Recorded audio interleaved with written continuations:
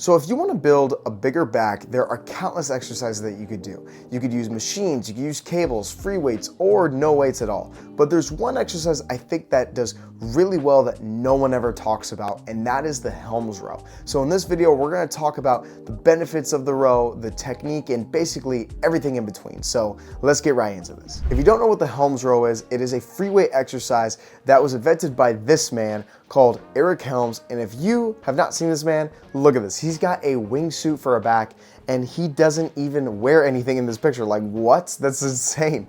But he is a coach, researcher, and bodybuilder. Have you ever heard of Mass Research Review? It is an amazing website to go on to really understand more about bodybuilding and strength training. So I highly recommend checking that out.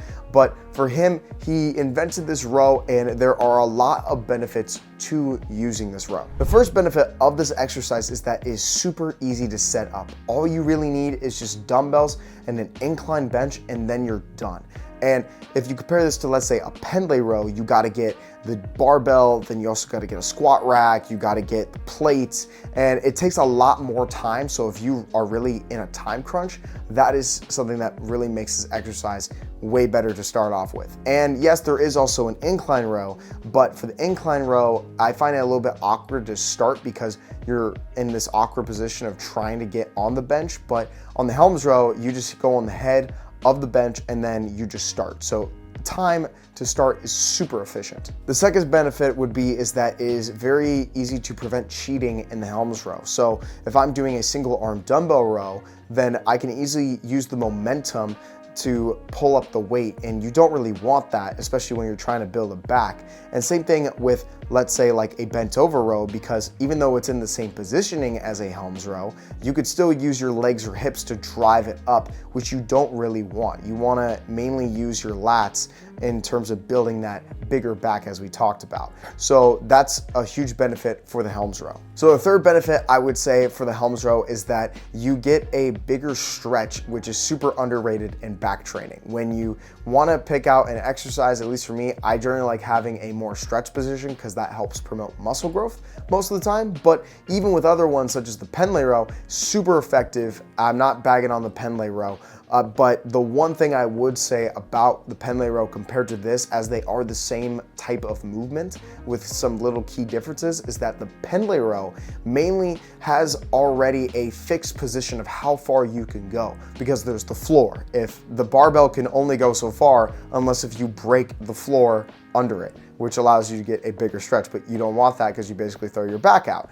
But with a Helms row, you naturally have that stretch position compared to the pendlay row because you have a lot more, I guess, arm room, you could say, compared to the pendlay row. So that's a huge plus for the Helms row in terms of this. In terms of what muscles the Helms row actually hits, if you go really close to your waist, you're gonna get a lot more lat activation to really build that bigger back on the bottom, you could say. But in terms of building your upper back, you can almost have it pull towards your chest and to get almost like a T-bar row where you're gonna build more of your upper back, like your traps and your rhomboid muscles, which also is pretty effective too. But I recommend starting off with going to your waist to just get the movement right first. So to start off in terms of grip, one of the things I like starting off with is either a neutral grip or a slightly pronated grip. For all you science nerds out there, you can kind of think of it as just a diagonal grip in a way. And then all you need is basically the bench, but if you really want to make this a little bit softer on your sternum, what you could do is that you can use like a towel and just fold it and then put your chest over it so you're not just embracing metal if the bench is very thin. So you can just put that there and then start. And after that, you want to be almost near parallel to the floor, but except you still want to be slightly inclined to really still feel the lats and not just feel awkward when you're in this position, because sometimes if it's your first time, it can be a little bit weird to do that. But I would also recommend, when in terms of foot placement, is having your feet like shoulder width in terms of just getting stability when you're gonna lean over and put your chest on it. So I wouldn't recommend going too far outwards past your shoulders or too close inward. So shoulder width is generally a good distance to have on the exercise. And once you finally got your chest on the bench, what I would recommend doing, for at least that helps me a lot, is think of pulling back and not just up, because a lot of times if you just pull up, it could feel like you're mainly just using your biceps, but if you pull back towards your hips, you're really gonna feel that activation in your lats a lot better. And on top of that, I would recommend maybe doing about 12 to 15 reps, because this is dumbbells and that's just my personal preference for this. You could do a heavier load and go lower reps, or do lighter weight and go higher reps. I generally go for the higher just because in terms of the awkward positioning and getting off the bench, it's a little bit easier once you get off the bench, but honestly, that's up to your preference. One thing I would say though is that if you decide to go with a heavier weight and then you put all of your weight on the front, you're gonna be very unbalanced now trying to get up.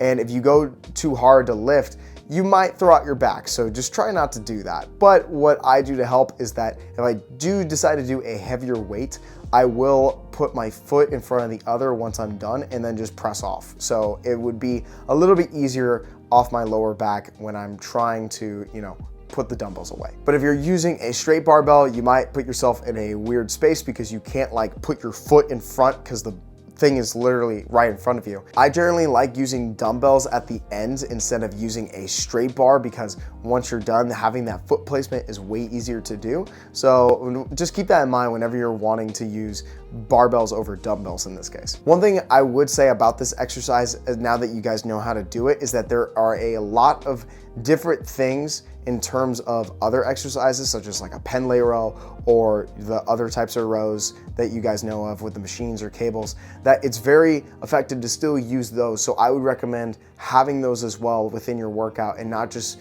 solely sticking to one exercise in terms of that, so you can have a more diverse array, like a toolkit, if you will, of exercises you can use and have understanding of. So if you guys do want to see more of that, make sure that you subscribe down below to get more tips like this. As always, I will see you guys later. So take care, guys.